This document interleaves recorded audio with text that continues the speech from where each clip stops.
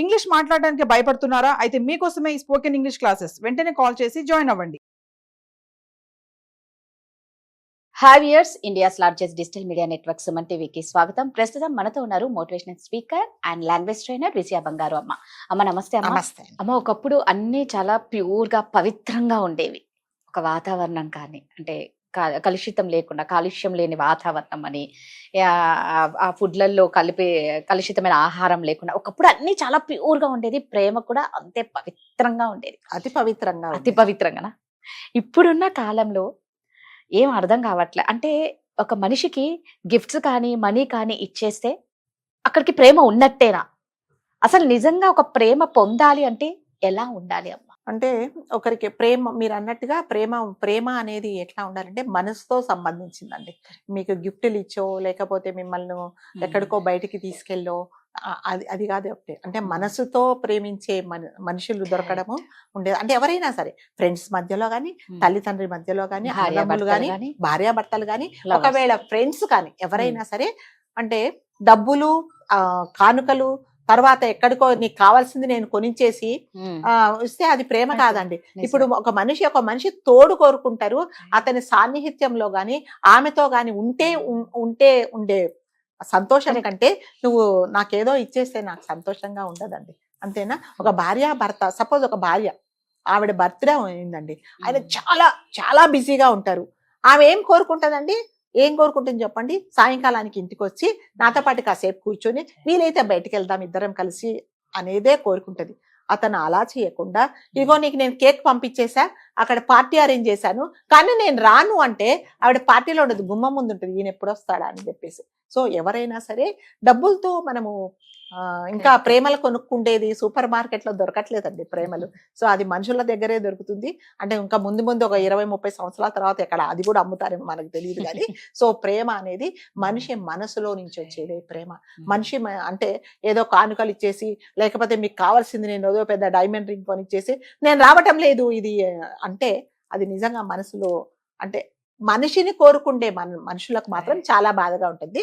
గిఫ్టులు కోరుకుంటే వాళ్ళకి నువ్వు వస్తే వచ్చావు, లేకపోతే నాకు గిఫ్టులు పంపించానే వాళ్ళకి అవసరం ఏమి ఉండదండి.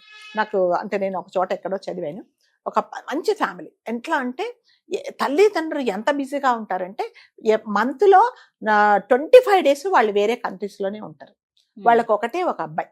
సో ఆ అబ్బాయిని ఎంత అపురూపంగా ఎవరు చూసుకుంటారంటే పనివాళ్ళు చూసుకుంటారు.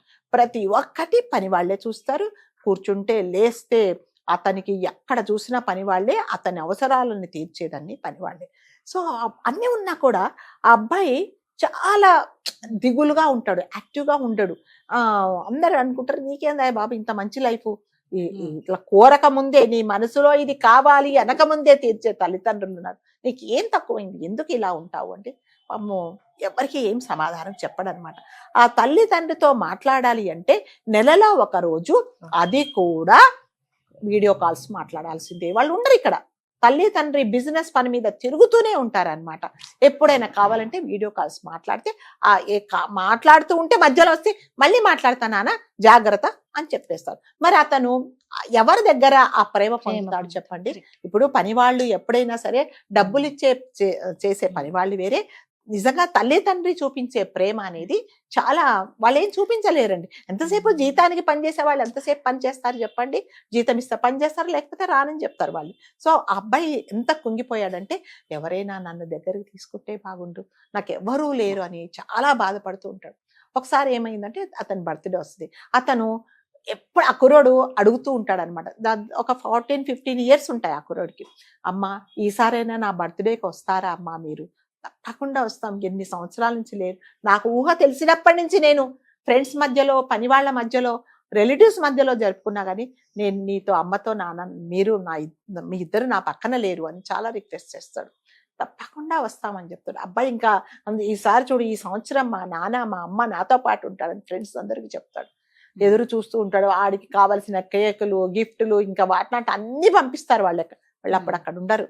తీరా చూస్తే రారండి, సారీ ఏమనుకోకు, నీకు అన్నీ అరేంజ్ చేశాను, నువ్వు ఫ్రెండ్స్తో చక్కగా ఎంజాయ్ చేసేసి నేను బాయ్ అని చెప్పి హ్యాపీ బర్త్డే అని చెప్తారు.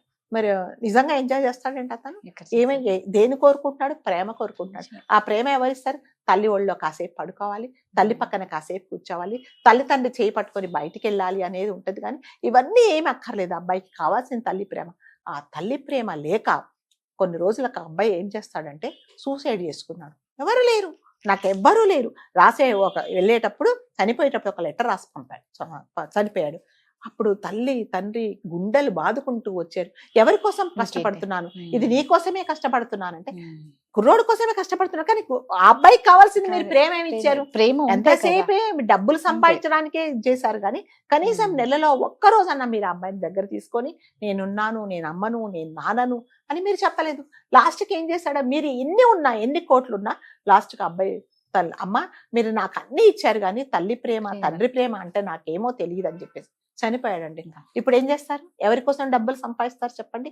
కాబట్టి ప్రేమతో అంటే డబ్బులతో ప్రతి ఒక్కటి అంటే డబ్బులు నిజంగా మీరు అన్నట్టుగా ఇంపార్టెంట్, కానీ ప్రతి ఒక్కటి డబ్బులతో మనం ఇది కాదండి. మనసుకు సంబంధించింది ప్రేమ. అంటే గిఫ్ట్లు ఇవ్వగానే సరిపోతుంది అనేది కొంతమంది ఉండొచ్చు. అది ఇప్పుడు ఈ కాలంలో చాలా మంది తయారయ్యారు అట్లాగా. నా బర్త్డే బాయ్ ఫ్రెండ్ ఉంటే నా బర్త్డే అంటే నేను రాలేనంటే పర్లేదు, నువ్వు రాకుండా పర్లేదు నాకు పంపించేసేయి అంటే ఆ అమ్మాయి వాళ్ళ ఫ్రెండ్స్ తో ఎంజాయ్ చేస్తుంది ఉండొచ్చు. కానీ చాలా మంది అంటే నిజంగా ప్రేమ కావాలి అనుకుంటే వాళ్ళు మాత్రం మీరిచ్చే గిఫ్ట్లతోనో మీరిచ్చే పార్టీలతోనో మీరు పంపించే వాటితోనో వాళ్ళు సుఖంగా కోరుకుంటారు. అంతే. నీతో కొంచెం టైం స్పెండ్ చేయాలని అంటే ఎవరైనా భార్యలు కూడా కొంతమంది చాలా మంది అండి చాలా బిజీగా ఉంటారు భర్తలు. కానీ తను ఎప్పుడు వస్తాడని ఎదురు చూసి పొద్దున పడ్డ కష్టమంతా మర్చిపోయి తన కష్టాలు సుఖాలు పొద్దున నుంచి ఏం చేసిందో భర్తకు చెప్పుకుందామంటే ఆయన అలసిపోతాడు. ఆ టైం కూడా ఇవ్వడండి. అలాంటప్పుడే భార్యలు తప్పుదారులు పడతారండి. అది అంతే కదా. ఎక్కడైనా ప్రేమ దొరకకపోతే ప్రేమగా మాట్లాడితే అంతే, ఆ ప్రేమ కోసమే వాళ్ళు వెళ్ళిపోతారు చాలా మంది. ఇంట్లో పిల్లలైనా అంతే కదా, తల్లిదండ్రులు సరిగ్గా ప్రేమ చూపించకపోతే ఎవరు ప్రేమ చూపిస్తే వాళ్ళు వెళ్ళిపోతారు. ఆ ప్రేమ నిజమైందా కాదా అనేది పిల్లల తర్వాత వాళ్ళు తప్పుదారిలో వెళ్ళినప్పుడు వీడు నిజంగానే వీడు ప్రేమగా లేడు, ఏదో నా డబ్బుల కోసమో నా శరీరం కోసమే ఎన్ని రోజులు ప్రేమగా ఉన్నాడు అంటే వాటన్నిటికి జరగడానికి కారణం తల్లిదండ్రులే. సో ఎప్పుడైతే మన పిల్లల్నే కాదండి ఎవరైనా ఒకరి మీద ఒకరు నిజంగా స్వచ్ఛంగా ప్రేమతో ఉంటే గిఫ్ట్లు కాదండి, మీరు ఏమి ఇవ్వకండి, దగ్గరికి తీసుకోండి అంతేనా. నేను నీకున్నాను అనే మీరు ప్రేమగా ఉంటే నిజంగా దే ఫీల్ మోర్ హ్యాపీ అండి. సో డబ్బులతో కొనలేనిది ఏంటి అంటే ఇప్పటి వరకు ప్రేమ మాత్రమే. ఆ ప్రేమ స్వచ్ఛంగా ఉండాలి అంటే మీరు వాళ్ళతో నేనున్నాను అని భరోసా ఇవ్వండి. ఇవన్నీ మీరు ఏమి ఇవ్వకున్నా పర్లేదు, ఈ సంవత్సరం నేను ఏమి ఇవ్వలేనమ్మా నీ బర్త్డేకు కానీ నీతో ఉంటాను నేను అంటే సంతోషపడతారా? లేకపోతే నాకు అవసరం లేదు నువ్వు వెళ్ళిపో నాకు అది తీసుకొస్తేనే రా అనే వాళ్ళు చాలా తక్కువగా ఉంటారండి. సో అలాంటి వాళ్ళ కోసం అంటే ఇప్పుడు మీరు ప్రేమ చూపించకపోతే బయటికి వెళ్ళి వాళ్ళు వెతుక్కుంటారు. వెతికి వాళ్ళు మంచి దారిలో వెళ్తారో చెడ్డ దారిలో వెళ్తారో దాన్ని అన్నిటికి కారణం ఎవరంటే మీరే అవుతారు, భర్త కానీ భార్య కానీ ఎవరైనా. కాబట్టి మీ ప్రేమను కోరుకునే వాళ్ళకు మీరు కూడా ఆ ప్రేమను పంచండి, గిఫ్టులు మాత్రం కాదు. గిఫ్ట్లు పంచి దగ్గరుండి పంచి వాళ్ళతో స్పెండ్ చెయ్యండి. పర్వాలేదు, మీరు గిఫ్ట్ ఇవ్వకుండా పర్లేదు, గిఫ్ట్ ఇవ్వకపోయినా పర్వాలేదు. వాళ్ళు నాకు గిఫ్ట్ కావాలనరు, నీతో పాటు నేను కాసేపు ఉంటాను అని చెప్పండి, ఎంత హాయిగా సంతోషంగా ఉంటారు. Thank you.